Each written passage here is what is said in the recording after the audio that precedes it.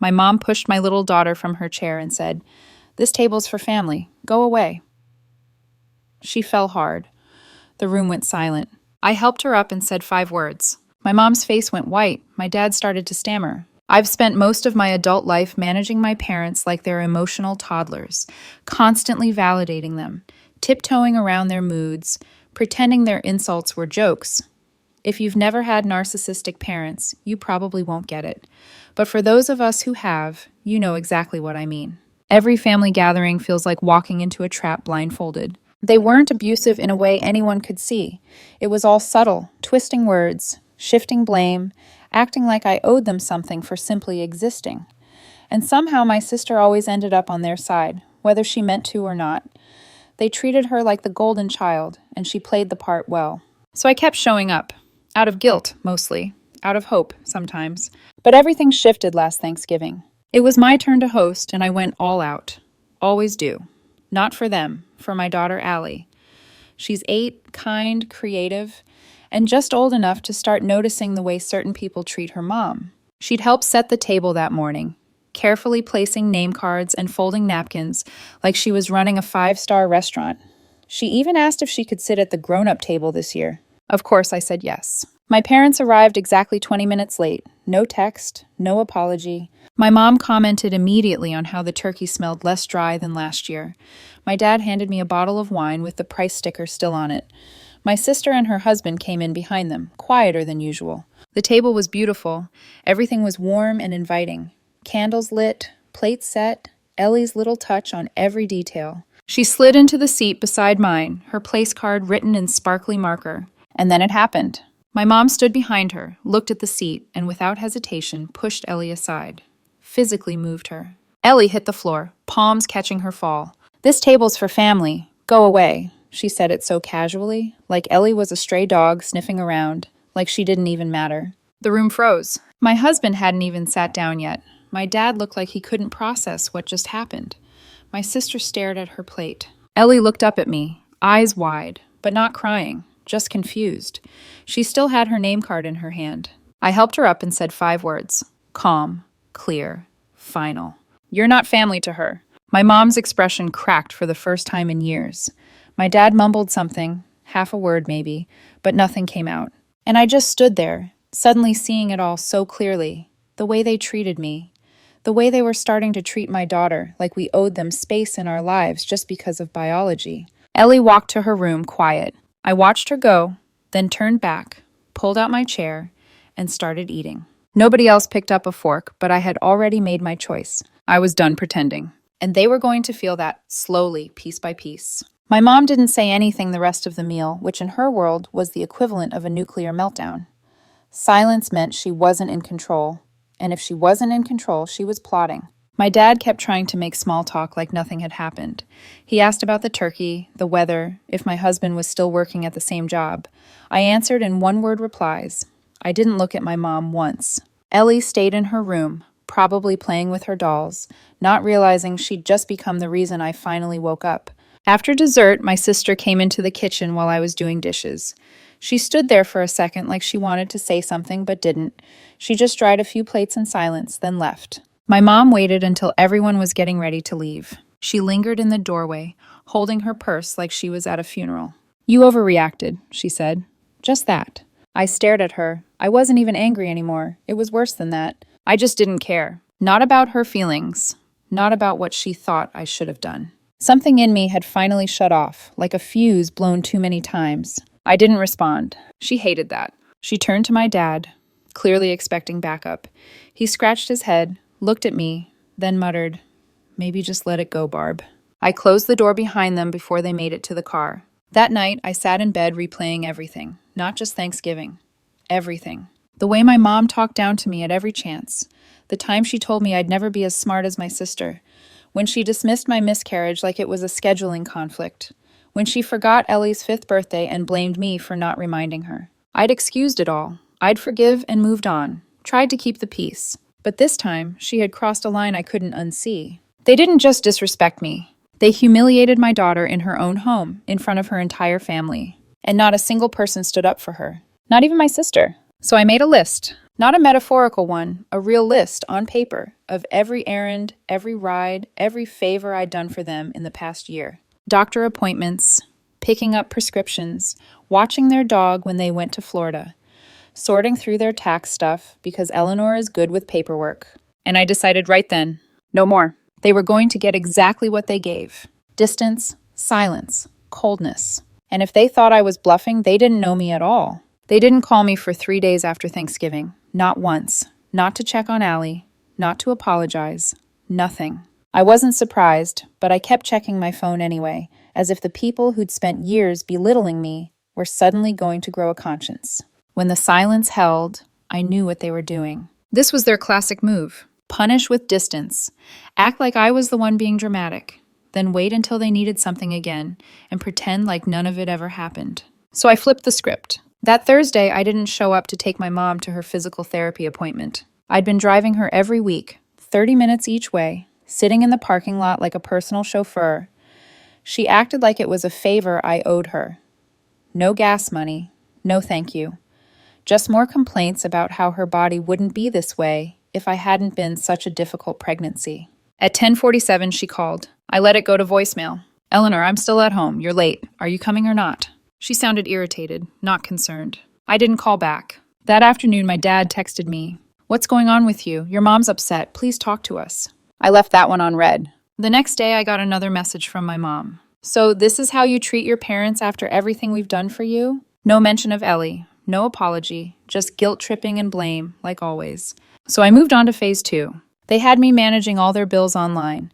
Electric, insurance, credit cards, even some weird newspaper subscription they refused to cancel. I'd set up automatic payments years ago because they kept forgetting and blaming me when late fees hit. I logged into every account, canceled everything, and logged out. Then I deleted all their passwords from my files. 2 days later, my dad left me a shaky voicemail saying their power company had called about a missed payment and threatened to shut off service. He sounded confused, almost scared. I answered that one. I'm not your secretary, I said. Figure it out. Then I hung up. It felt freeing, like I was finally stepping out of a role I never agreed to. One I was forced into simply because I was reliable and didn't cause scenes. That was always my sister's job. She finally called me the next day. I almost didn't pick up, but I was curious. She sounded tense. They're freaking out, she said. They said you're ghosting them and letting everything fall apart. What are you doing? I didn't bother easing into it. I'm doing what I should have done years ago, letting them deal with their own mess. There was silence for a second, then her tone shifted, less defensive, more uncertain. Okay, but you just cut them off, like with no warning. No warning? I said. You were there. You saw what she did to Ellie, and you said nothing. She paused. I didn't think it was that serious. She pushed her to the ground and told her she wasn't family. My sister didn't reply, just a quiet exhale and then, okay, I don't know, I'll talk to them. That could have been the end of it. I honestly thought she'd side with them again. That's how it always went. But 2 days later, she texted me out of nowhere. Did she really push Ellie? It stopped me cold. That text meant one thing. She had doubts. She was finally starting to question them. I waited 2 days before replying. I wanted it to sink in. Yes, I wrote. You saw it. You just didn't want to believe it. She didn't reply after that. At least not right away. But something changed. Because when it was her kid, they turned on. When their cruelty finally reached the golden child's perfect little world, she'd be forced to see them for who they really were. And I was already preparing for what came next. I wasn't just cutting them off. I was going to make sure they felt it. I thought I had more time before things escalated. I was planning everything carefully, cutting off support, limiting contact, documenting things, even researching legal steps just in case. But I didn't expect them to implode so quickly. And I definitely didn't expect my sister to flip sides. It happened the following weekend. My sister had decided to take her daughter Mia over to my parents' house for a quick visit. She told me later she didn't want to argue.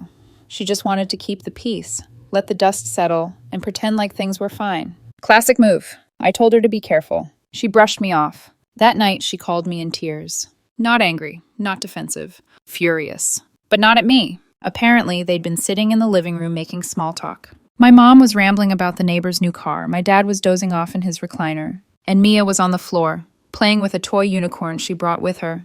That unicorn had been her favorite for months. She named it Stella, dressed it in doll clothes, even made it a paper crown. And then my mom stepped on it. Not accidentally. She looked down, saw it, made a face, and crushed it with her heel. Said it was just cheap plastic and that Mia should stop acting like a baby. Mia started crying. My sister told her to go to the car. Then she turned to our mom and asked her flat out why she did that. And you know what our mom said? She's too soft, just like Ellie. You're letting her grow up weak. That was when my sister realized this wasn't about me being sensitive or overreacting or blowing Thanksgiving out of proportion. This was who they were now. Bitter, entitled, nasty. To anyone who didn't worship them. My sister left without saying goodbye. She didn't even help my dad up when he tripped trying to follow her out the door. The next day, she came over with Mia and a bag of pastries. No warning. Just showed up and walked straight into my kitchen like it was 2009 again, and we were still close. She didn't even take off her coat before she said it. You were right, I'm done. I didn't say anything for a second. I just poured her coffee and sat down across from her. Then she pulled out her phone and showed me pictures of the broken unicorn. I want to do whatever you're doing, she said. All of it. Whatever it takes. I opened my laptop and showed her the folder I'd been building. Screenshots of texts, notes on their finances, missed appointments, instances of neglect. I'd even looked up how to file a formal report on elderly manipulation since they'd been using that angle with neighbors, saying I was abandoning them. She just nodded. We called a lawyer that week. Not to sue them, there wasn't anything criminal yet, but to document a pattern, just in case. Our lawyer said we couldn't press charges for Ellie or Mia without actual harm, but she agreed their behavior was unhinged and escalating. We filed a restraining notice, not a full order, just documentation, in writing, a paper trail. Then the police. We didn't expect much, but I went ahead and filed an incident report for what happened on Thanksgiving. Again, no charges, but a written warning was delivered to my parents' house. Just enough to shake them. And it worked. 2 days later, my mom called me from a number I didn't recognize. She left a message, low, furious. How dare you bring the police into this? You want war? You got it. I didn't even flinch. Because this wasn't war. This was consequence. And for the first time in our lives, they couldn't spin the story. We had proof. We had each other. They'd spent years turning us against each other. But now they'd built something else. An alliance. After the police delivered the warning, everything went eerily quiet. No calls, no texts, no angry voicemails. Just nothing. It was like they vanished. And honestly, I expected some kind of retaliation. Maybe a rant on Facebook. Or my mom showing up at Ellie's school pretending it was Grandparents' Day. She'd done stuff like that before, but they disappeared. For a while, I wondered if they were just regrouping, waiting to play some long game. But then my sister got a call from one of our dad's old friends. He said they'd seen our parents at the grocery store, and my mom told them we had cut off all contact because we were ungrateful and had joined some women's cult. A cult. She even added that we were trying to steal their money, which was laughable, considering they were 2 credit card payments behind and lived off Social Security. I should have been angry, but I wasn't. I was tired. My sister and I met once a week after that, sometimes with the girls, sometimes just us. At first it was awkward.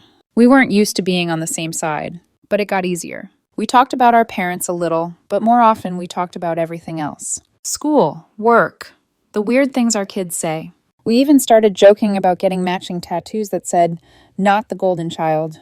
Then came the letter. It arrived in a plain white envelope with no return address. I opened it, thinking it might be some bill they accidentally forwarded to me. But it wasn't. It was a handwritten note from my mom. Only 2 sentences long. You think you've won something, but you'll need us eventually. Everyone does.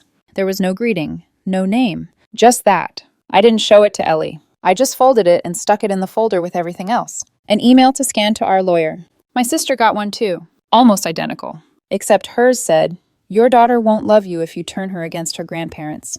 That was the moment she cut them off completely. No hesitation, no questions. She changed her number. She blocked every contact. She even warned her husband's family not to share any updates with them. She was done.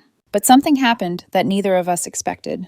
A week after the letters, my sister and I went to clean out the storage unit we shared with our parents. We were still paying the fee on it, and we figured it was time to deal with it. Inside were the usual junk piles, old chairs, broken holiday decorations, boxes of photos. But tucked in a plastic bin labeled Barber High School was something that stopped me cold. There was a small stack of letters, all unopened, all addressed to me. From colleges, from internships I'd applied to. One was from a writing program in New York I barely remembered applying to. Full acceptance, with a scholarship. All dated from the same summer. The year I'd stayed home and worked 3 part-time jobs because my parents told me I wasn't college material. They'd hidden them, My sister found me standing there holding one of the letters, frozen. She didn't ask. She didn't need to. We both knew. This started long before Thanksgiving. That was just the moment everything snapped. We stood there for a long time in that storage unit. It smelled like dust and old regret. But the silence was louder than anything. My sister didn't say a word when I handed her the letters. She just read the names on the envelopes, looked at the postmarks, and shook her head slowly, like she couldn't believe what she was seeing, even though she could. I think she just didn't want to admit they'd been that cruel. But that's the thing.